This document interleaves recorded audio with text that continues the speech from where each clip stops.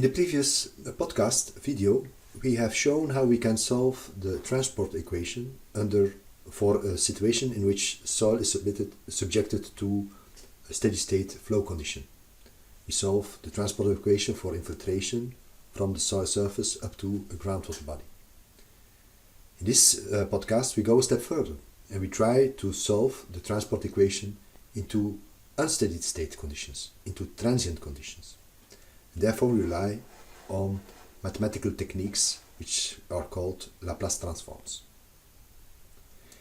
In order to set the scene, we take a simple case. We will evaluate the infiltration of water, the horizontal infiltration of water from a well into the soil. Indeed, the soil can be considered as dry. If the soil is dry, capillary forces will be developed, and these capillary forces will suck the water from the well into the soil. So what we are aiming for is to describe quantitatively the evolution of the time course of the water content theta as a function of space and as a function of time. In order to solve this problem, we need, of course, to set a reference system, and the reference system in this case will be put at the interface between the well and the soil. We further consider that the soil hydraulic parameterization results in a very simplified description of the hydraulic properties. We consider that the hydraulic diffusivity is a constant. Admittedly, this is of course a very strong hypothesis. We will come back to this hypothesis later on. So in this case, we consider the following set of hypotheses. We consider that the Fokker-Planck equation is valid.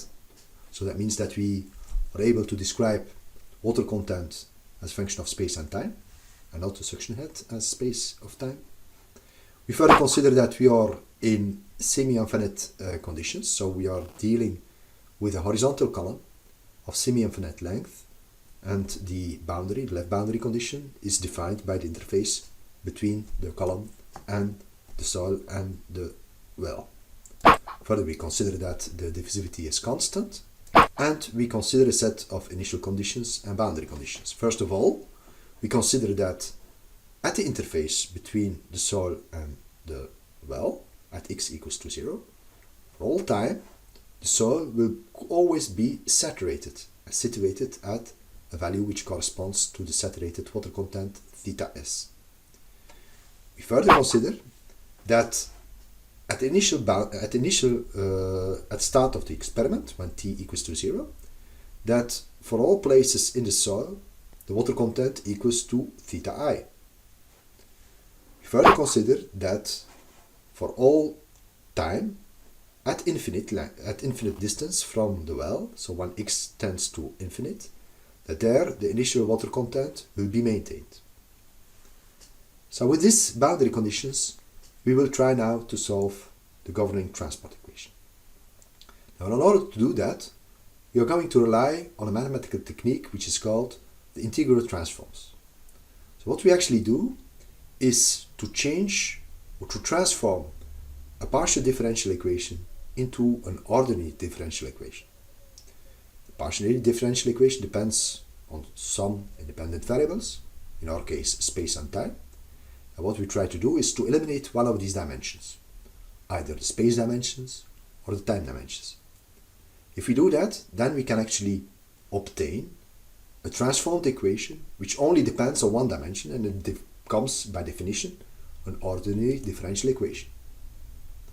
So we try to eliminate one of the variables, and one of the approaches that can be used is the use of integral transforms, like, for instance, the Laplace transform. What's the Laplace transform? Laplace transform is actually simple transformation where the original equation, in this case, for instance, a function that depends on t, will be transformed so that it does no longer depend on t. And this transformation is done by integrating the function over all possible values of t between 0 and infinite. And in this case, in the case of the Laplace transform, this integration is done by adding a weighing function which depends on a dummy constant s. So by this transform, we transform a time-dependent function in a function which does no longer depend on time. It depends only on the value of s, the dummy constant. So we can do that in the time domain, but we can do that also in the space domain, or in the time and space domain. So we can actually use integral transforms, Laplace transforms, to make a transformation which allows to eliminate the time dimension or the space dimension by integrating, for instance, here over space. The interesting thing about Laplace transforms is that when we transform partial differential equations in the Laplace domain, very often analytical solution exists in this transformed Laplace domain. Now, another interesting feature is that differentials can also be transformed in the Laplace domain. For instance, the space Laplace transform of the derivative of the time derivative of an initial time-dependent function can be written as follows. So this function is no longer dependent on time, and in addition, the derivative has been eliminated. A similar thing can be shown, for instance, for the spatial Laplace spatial Laplace transform for the time derivative function which depends on space and time. Or we can calculate the time domain Laplace transform of the space dependent function, which corresponds to this equation. So with these type of rules, we can actually rewrite our differential equation in the Laplace domain. And that's actually what we do.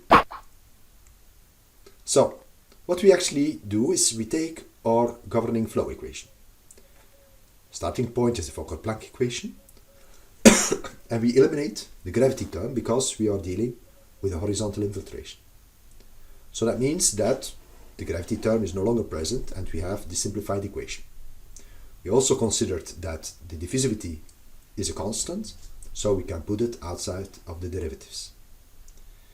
With the rules that has been explained in previous slide, we can now transform theta, which is a function of space and time, into the derivative of theta in time. We can transform it in the Laplace domain with the previous rules, and we can do that also for the right-hand term. So if we do that, we obtain an ordinary differential equation which does no longer depend on time but only on space. And in order to simplify writing, we actually transform this or rewrite this term with fxs because it does no longer depend on time. So in the Laplace domain, we obtain a differential equation in terms of f. Yeah? And so we need to look for a solution of f, and we need to look for a solution of this ordinary differential equation. Now how can we do that? Well, the solution of ordinary differential equations can be done using rules that have been developed in basic calculus.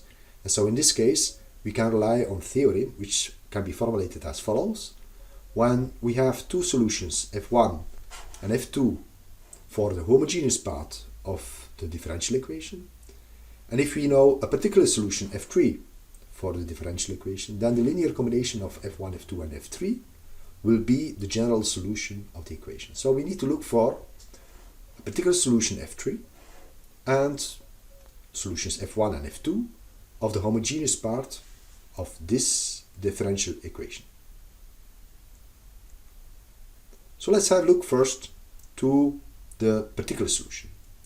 Well, by looking to the equation, we can easily show that theta I over s is actually a solution of this differential equation. So indeed, if you introduce theta I over s in this equation and we calculate the second derivative of theta I over s, well, we know that theta I is a constant, we know that s is a constant, so the second derivative should be also equal to 0.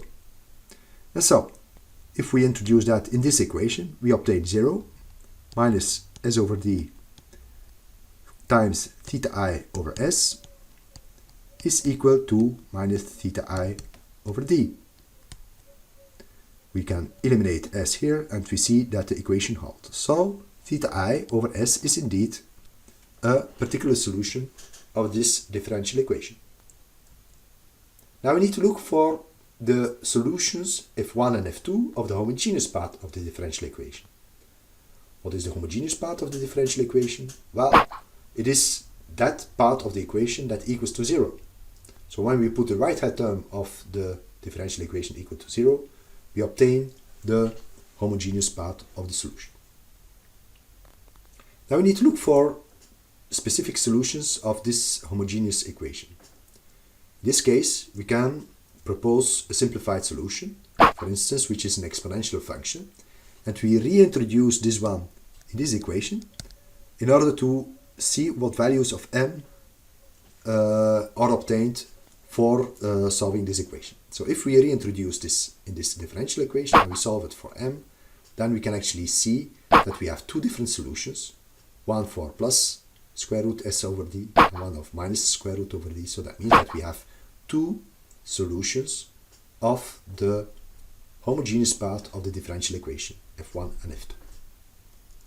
So we have f1, we have f2, we have f3, so we can apply our theory, and so the general solutions of the ordinary differential equation will be the linear combination of f1, f2 and f3. So this is the general solution of our partial differential equation, or ordinary differential equation in the Laplace domain. We still have one small problem. C1 and C2 are still not defined. How can we define C1 and C2? But therefore we need to look to our boundary conditions. We can also transform our boundary conditions in the Laplace domain. Let's have a look to the boundary conditions. Well, these are the boundary conditions that have been defined previously. And actually, what is interesting is that all the boundary conditions are defined by constants, theta s, theta I, and theta I. So that means that actually we can very easily transform it, because the Laplace transform of a constant is the constant divided by s. So, for instance, when we transform the Laplace transform of theta s, we obtain that one. Laplace transform of theta I equals to that one.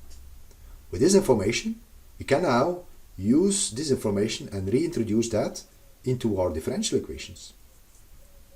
Indeed, when, for instance, x equals to 0, we put that in this equation here. When x equals to 0, then we have, of course, our boundary conditions gives us theta s over s. X equals to 0, then this term becomes 1. Then we have c1 times 1 plus c2 times exponential, but with x equals to 0, we could obtain again 1 plus theta y over s. So that's an equation that we obtain. We can also introduce x, we can also evaluate the function for x tending to infinite.